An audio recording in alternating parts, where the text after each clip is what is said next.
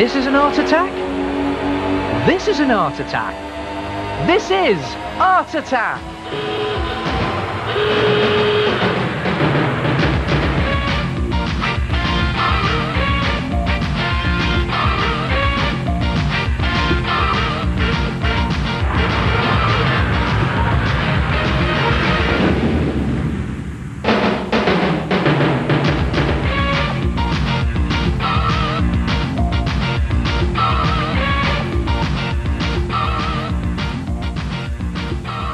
Hello there, nice to see you again. Now then, are you one of these people who suffers from broken shelving or a lack of space in your bedroom to store your books? What you need is a heavyweight bookend, and here it is. Go and have a look at this. Right, you sit there and watch, you might learn something.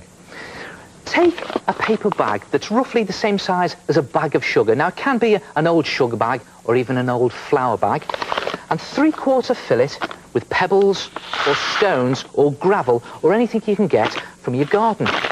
Just something to make it nice and fat and chunky and heavy. Then scrunch your bag closed like that. Take some sticky tape and just tape it closed.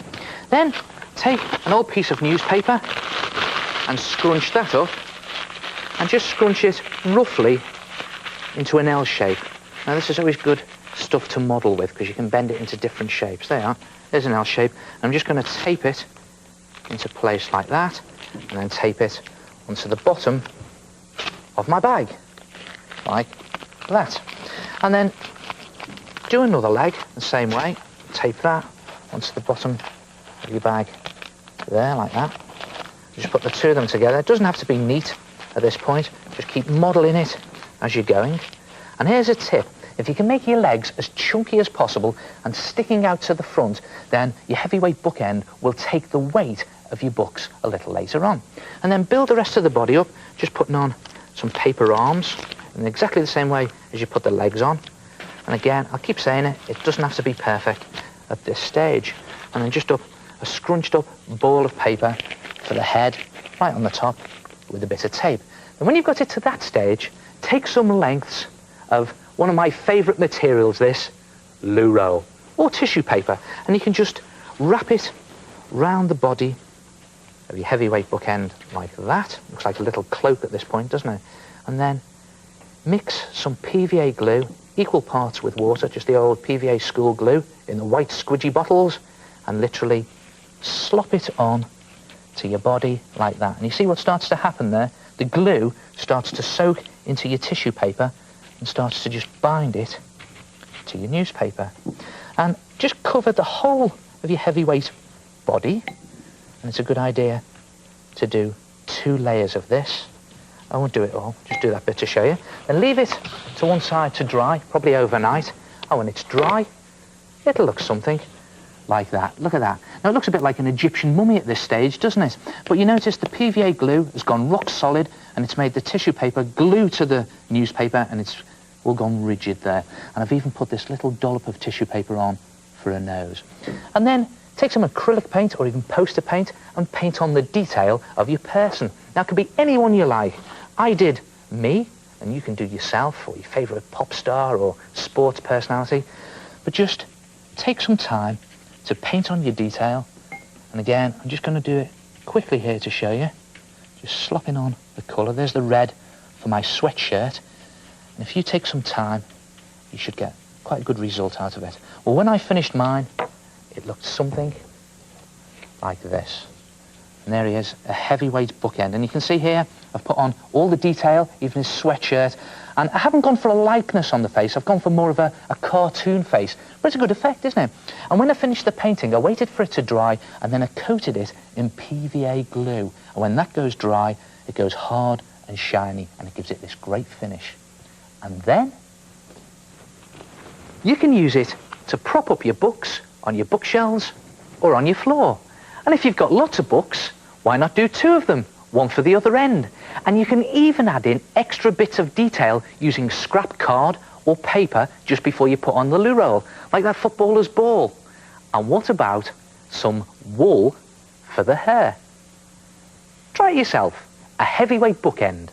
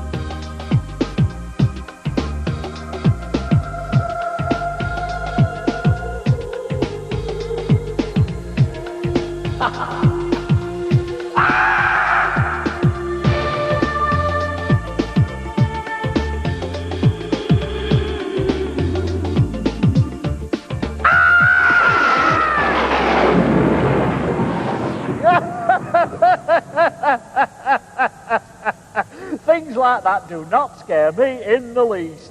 Do you want to see my garlic powder picture? Ah! Mummy! Just take a very quick look at this cartoon that I've drawn. Now, what do you think's missing from the picture? I'll give you a clue. It's something that follows you around all day. Got it? Shadows. But where'd you put the shadows in your picture? Well, here's a good tip. Look for the place that the light can't get to. Now, in this picture, the light is coming from this street lamp here, so I'll just chalk that in like that, and it'll be shining out in this direction, and it'll be shining down onto the man, down this side of him, so the light won't be able to get to this side of him. So I'm just going to draw in the shade down his left-hand side there, and of course, no light will be able to get under the brim of his hat, so I'll put that in, and just doing it very quickly like that, putting shadow or shade all the way down that side where the light can't get to. All the time looking for those little nooks and crannies. And put it on his legs as well, because the light won't be able to get under his coat. And don't forget, he'll be casting a shadow out across the pavement because the light can't get to it because he's standing in the way. And also up the wall like that. And there it is. Now, one place the light will be coming from in a lot of your pictures is the sun. And when you've drawn your picture, you have to decide where the sun is in your picture. And let's just put it peeping over the horizon there. In fact, it's going down at the end of the day. And then just look for the places that the light can't get to. So on the coach, it'll be in shade at the back there like that, maybe one of the wheels underneath. And on the horse's bottoms, like that, and they'll be getting a nice suntan up front. And don't forget, the coach will be casting out a shadow along the ground. And on the cowboy himself, well, that side will be in light, and this side will be in shade. So he's got all his front with the light nicely shining on the front of it, and all his backside, so to speak, in shadow, like that, all the way down, just scribbling it in. Great effect. And don't forget, on his gun there, and down that arm. And don't forget, he will also be casting a shadow with the light shining between his legs, and out the shadow goes in that direction. And what about the cactus? Yep, you've got it. It's down this side of the cactus like that, with a shadow out in that direction. Try it yourself. Put some shadows into your pictures and look for the places that the light can't get to. At last I know how to draw shadows properly. You draw the places where the light can't get to. Oh! Hey, where's my pencil?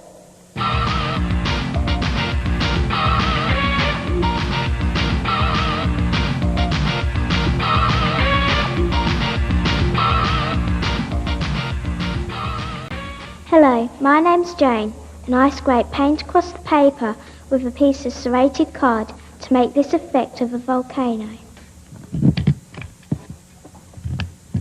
My name is Nuala, and I have done a picture of the bridge using cardboard tools and paint. Hello, my name's Gemma, and this is a painting of a forest. I did my tree effect by twisting my card from side to side. Ah, great pictures. And what a good idea, using cardboard as a tool to paint with. Now, this technique reminds me of the technique of the old masters many years ago, the way they used to paint with palette knives. And they used to just smear their paint literally thickly across their paper using a knife. Now, they would probably have used oil paint. I'm just using ordinary poster paint and acrylic paint that I've just squeezed straight from the bottle.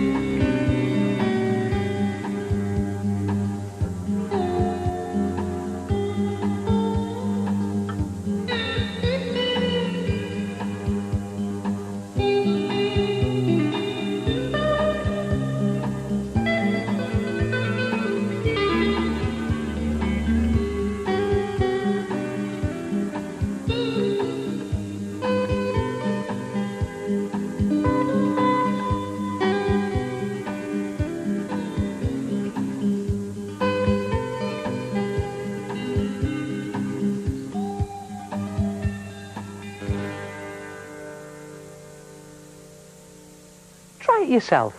A card painting. And I'll see you next time. Ta-ra!